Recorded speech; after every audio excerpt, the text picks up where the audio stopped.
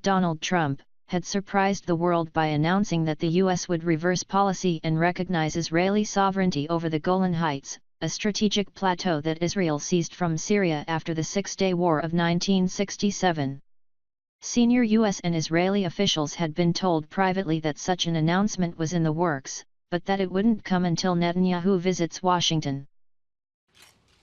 In a moment, I will sign a presidential proclamation recognizing Israel's sovereign right over the Golan Heights.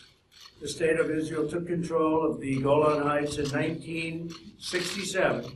Instead, Trump abruptly tweeted the news, delaying the Thursday dinner celebrating the Jewish holiday of Purim so Netanyahu could call the president to thank him. "We have a miracle of Purim," Netanyahu said, beaming broadly at his wife, Sarah, the Secretary of State and U.S. Ambassador to Israel David Friedman, as they sat outside on a chilly evening. President Trump has just made history. The effusive praise of Trump by Netanyahu is characteristic of their mutually beneficial relationship, more pronounced than perhaps any previous alliance between leaders of the two countries. The surprise recognition of the Golan was just the most recent of many examples. The value of the Golan announcement for Netanyahu appeared obvious at the backyard podium at the Purim dinner.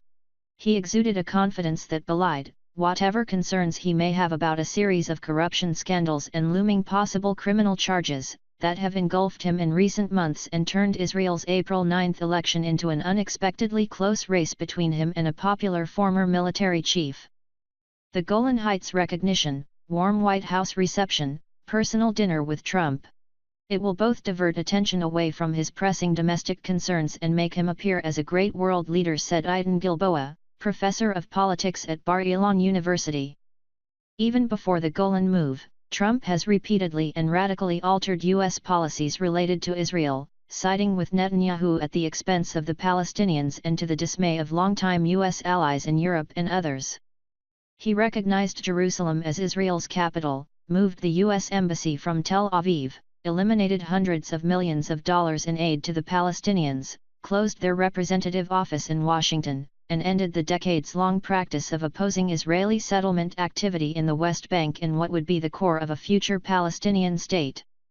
Trump also withdrew from the landmark 2015 Iran nuclear deal, which Netanyahu had fiercely opposed, and reimposed stringent new sanctions on the country that Israel regards as an existential threat. And he pulled the U.S. out of several UN organizations, the UN Human Rights Council and UNESCO, citing anti-Israel bias in their agendas. Trump has used his Israel policies to needle his Democratic opponents. "The Democrats have very much proven to be anti-Israel," Trump said.